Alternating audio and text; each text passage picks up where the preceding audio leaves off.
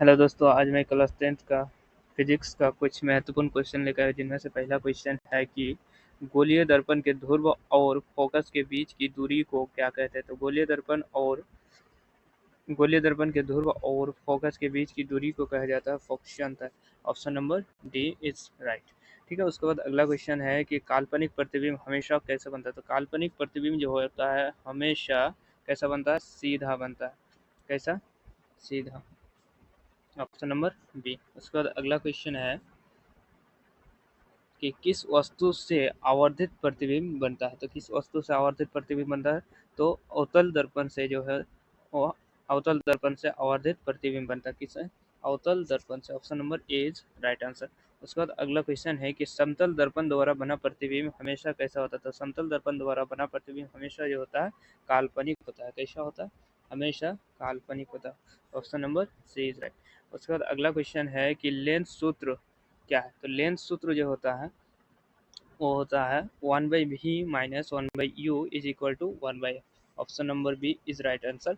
और इसी के साथ एक फार्मूला और याद रखिएगा, दर्पण सूत्र। तो दर्पण सूत्र होता है 1/u plus 1/v is equal to 1/f। ठीक है, ये भी याद रखिएगा, दोनों में से कोई एक पूछ देता है। तो दर्पण सूत्र बराबर क्या हो गया, 1/u plus 1/v is equal to 1/f। ठीक है, उसके बाद अगला क्वेश्चन है,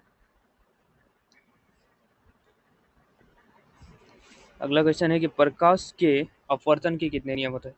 तो प्रकाश के अपवर्तन के कितने नियम होते हैं, 2 नियम होते हैं। ठीक है, उसके बाद अगला क्वेश्चन है कि गोलीय दर्पण की वक्रता त्रिज्या 28 सेंटीमीटर है, तो इसकी फोकस दूरी क्या होगा। तो फोकस दूरी का फॉर्मूला जो होता है वो क्या होता है, F is equal to R/2। तो R कितना है यहाँ पे, तो R जो है 28 सेंटीमीटर दिया हुआ, तो इसका मतलब 28/2 करेंगे तो कटा हुआ आंसर कितना आ गया, 14 सेंटीमीटर। कितना आ गया, 14। तो option number D is right answer. ठीक है, उसके बाद अगला क्वेश्चन है कि गोलीय दर्पण की वक्रता त्रिज्या, अच्छा इसमें भी वक्रता त्रिज्या दिया हुआ, इसकी फोकस दूरी ज्ञात करें। तो फोकस दूरी अभी जस्ट फॉर्मूला पढ़े क्या, F=R/2।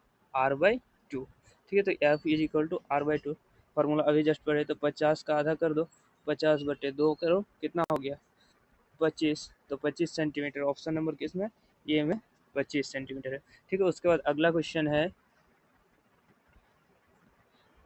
है कि गोलीय दर्पण की फोकस दूरी, अच्छा इस बार फोकस दूरी सेंटीमीटर 100 सेंटीमीटर है, तो उसकी वक्रता त्रिज्या ज्ञात करें। इस बार क्या दिया, फोकस दूरी दे दिया। ठीक है, तो फोकस दूरी फॉर्मूला क्या हो जाएगा फोकस दूरी का, तो त्रिज्या, वक्रता त्रिज्या निकालने के लिए, तो वक्रता त्रिज्या r बराबर क्या हो जाता है 2f। क्या होता है, r बराबर 2f। तो इसका मतलब यहाँ पे दिया हुआ फोकस दूरी, तो फोकस दूरी दिया हुआ तो r निकालना है, तो r कितना हो जाएगा 2 इंटू 100। डेट मीन्स अगर कहा जाए तो 200 सेंटीमीटर हो जाएगा। तो option number C is right answer. ठीक है, उसके बाद अगला क्वेश्चन है कि 10 सेंटीमीटर फोकस दूरी वाले अवतल दर्पण के सामने 20 सेंटीमीटर की दूरी पर रखा बीम का प्रतिबिंब कैसा होगा। तो इसका ऑप्शन नंबर ए जो है सही है, वक्रता केंद्र पर होगा। किसमें होगा, वक्रता केंद्र पर। उसके बाद अगला क्वेश्चन है कि गोलीय दर्पण से 5 सेंटीमीटर की दूरी पर रखे बीम का प्रतिबिंब दर्पण से 30 सेंटीमीटर की दूरी पर उसकी ओर बनता है, जिस ओर बीम है, तो आवर्धन क्या होगा। तो आवर्धन जो हो जाएगा इसका -6 हो जाएगा। ठीक है, उसके बाद अगला क्वेश्चन है कि प्रकाश तरंग का उदाहरण है। तो प्रकाश तरंग का जो उदाहरण होता है वो पैराबैंगनी होता है। क्या होता है, पैराबैंगनी। उसके बाद अगला क्वेश्चन है कि लेंस की क्षमता -5 डायोप्टर है, तो इसकी फोकस दूरी क्या होता है। तो फोकस दूरी के लिए जानते हैं कि फॉर्मूला होता है P इज इक्वल टू, क्या होता है, P is equal to 1/f। ठीक है, sorry, P is equal to 1/f होता है। ठीक, तो इसका अगर क्या दिया हुआ है, डायोप्टर दिया हुआ है, फोकस दिया हुआ है, कितना दिया हुआ, लेंस की क्षमता दिया हुआ -5, तो 5 इज इक्वल टू 1/f। तो f निकालना है अगर, तो f जो हो जाएगा कितना, f इज इक्वल टू 1/, कितना हो जाएगा 5, तो 1/5 को अगर ये करेंगे, पॉइंट में लिखाएंगे, तो इसका ऑप्शन नंबर जो हो जाएगा सी, यानी कि -20 सेंटीमीटर।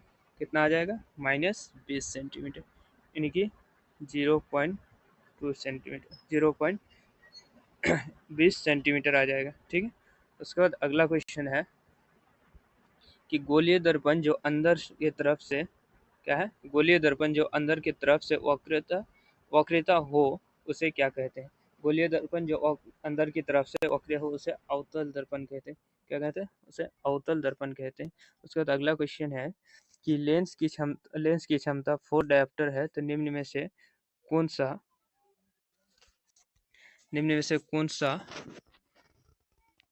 होगा? निम्न में से कौन सा होगा? चलिए अगला क्वेश्चन है, तो इसका सही जवाब हो जाएगा ऑप्शन नंबर डी। ठीक है, क्या हो जाएगा? Option number D.